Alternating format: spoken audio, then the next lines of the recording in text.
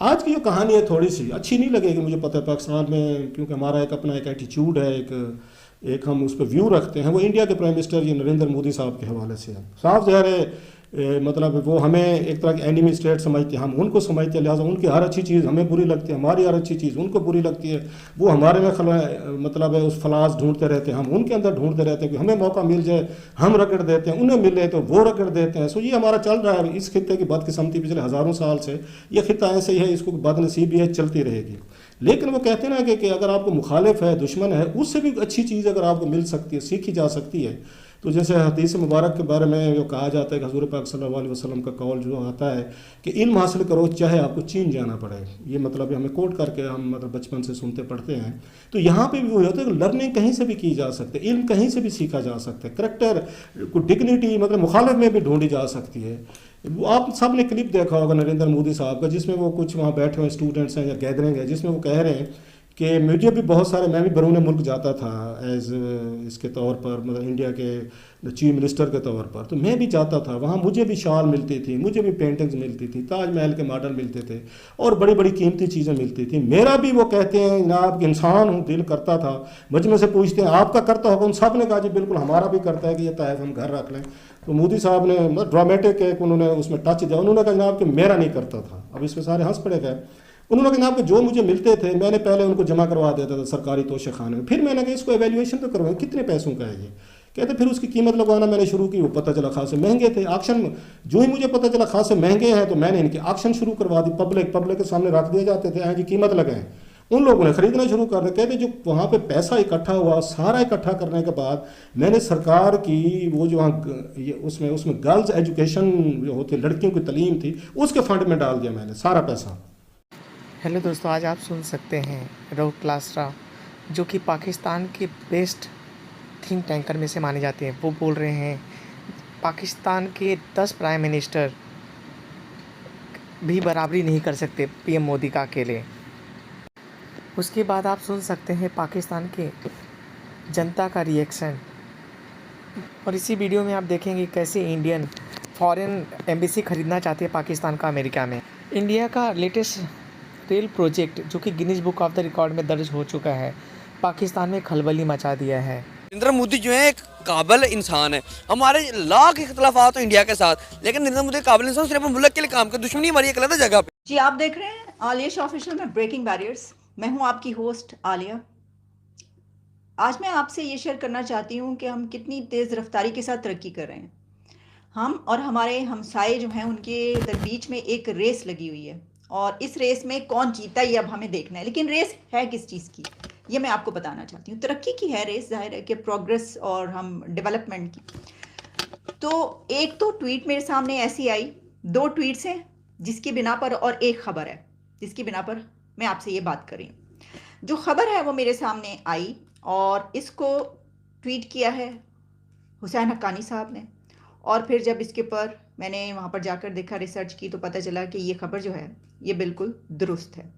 और ख़बर क्या है ये हम आपके सामने रख देते हैं ताकि, और उसके बाद एक दो और भी चीज़ें, यानी आप अगर ये सोच रहे हैं कि मैं जो हूँ वो आपको आज इमरान खान साहब के हवाले से कुछ नहीं बताऊंगी, तो ऐसा आप गलत सोच रहे हैं। मैं आपको बताती हूँ, भी बताती हूँ कि यहाँ पे क्या चल रहा है और वहाँ पे क्या चल रहा है और दुनिया में क्या चल रहा है।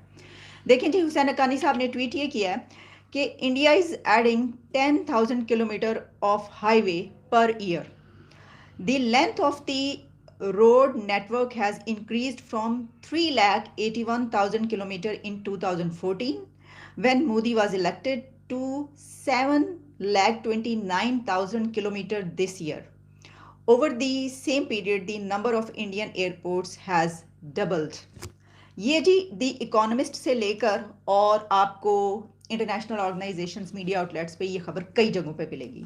तो हमने कहा ये क्या है, तो हमें पता ये चला कि ये जो लॉन्गेस्ट इंडिया का रेलवे प्लेटफॉर्म जनवरी 2023 में इसको इनाग्रेट किया है इंडिया के पीएम मोदी ने, इसका नाम Guinness book of world record में भी आ गया है। और गिनीज बुक पे फिर मैं गई, मैंने कहा देखें यहाँ पर क्या है, तो उसमें ये आ रहा है कि उसकी डिटेल्स हैं कि इस वक्त जो दी longest railway platform is 1,507 meters and was achieved by south western railway, probably India, Karnataka. अस्सलाम वालेकुम, नमस्ते, सत श्री अकाल। मैं हूं सना अमजद। नाज़रीन, पाकिस्तान के सीनियर सहाफ़ी रऊफ क्लासरा ने इंडिया के प्राइम मिनिस्टर नरेंद्र मोदी की तारीफ़ करते हुए कहा कि पाकिस्तान के 10 प्राइम मिनिस्टर एक तरफ और इंडिया का एक प्राइम मिनिस्टर नरेंद्र मोदी एक तरफ। उन्होंने कहा कि इंडिया के प्राइम मिनिस्टर नरेंद्र मोदी के तोहफ़ों की नीलामी के बाद जो रकूम हासिल हुई उसका इस्तेमाल हिंदुस्तान के एजुकेशन सिस्टम को बेहतर करने के लिए किया गया, जबकि पाकिस्तान के तोशा खानों के तहाइफ को ज़ाती मफाद के लिए इस्तेमाल किया जाता है। इसी मुद्दे पर आज हम बात करने वाले हैं पाकिस्तान के अवाम से, तो आइए चलिए हमारे साथ। अस्सलाम वालेकुम। वालेकुम अस्सलाम वरहमतुल्लाह। आपका नाम? मुनीब। मुनीब, पाकिस्तान के सीनियर सहाफ़ी रऊफ क्लासरा ने एक स्टेटमेंट दी है। उन्होंने इंडिया के प्राइम मिनिस्टर नरेंद्र मोदी की तारीफ़ करते हुए कहा है कि पाकिस्तान के 10 प्राइम मिनिस्टर्स एक तरफ और इंडिया का एक प्राइम मिनिस्टर नरेंद्र मोदी एक तरफ। इतना उन्होंने काम किया है इंडिया में, इतना काम किया है कि वो उनकी इस हद तक तारीफ़ करने पर मजबूर हो गए हैं। पाकिस्तान के सीनियर सहाफ़ी, क्या कहेंगे आप? बिल्कुल रऊफ क्लासर साहब ने बिल्कुल ठीक कहा है, बिल्कुल 100% ये बात ठीक है। जब से नरेंद्र मोदी आए हैं इंडिया का ना डेवलपमेंट रेट बहुत हाई हो गया है, ठीक है। उनका एजुकेशन सेक्टर, उनका आईटी सेक्टर, उनका जो है सेवेज निज़ाम, उनका जो है डेवलपमेंट, जितनी भी इमारतें हैं, जितना भी सब कुछ हो चुका है। उनका एजुकेशन को जीडीपी कितना दे रहे हैं वो 25%, हम कितने 5% दे रहे हैं, ठीक है। टोटल जो हमारा बजट उसका 5% जीडीपी जो है हम देने अपनी एजुकेशन को। बजट बचा के कितना आता है, इतना सब लगता है बस उतना बच जाता है। फिर यही सरकारी स्कूलों का हाल होना है, यही हमारी एजुकेशन का हाल होना है। और ऊपर से हमारे जो वालिदैन जो ना वो भी ऐसे बच्चों को लकीर फकीर बना रहे हैं।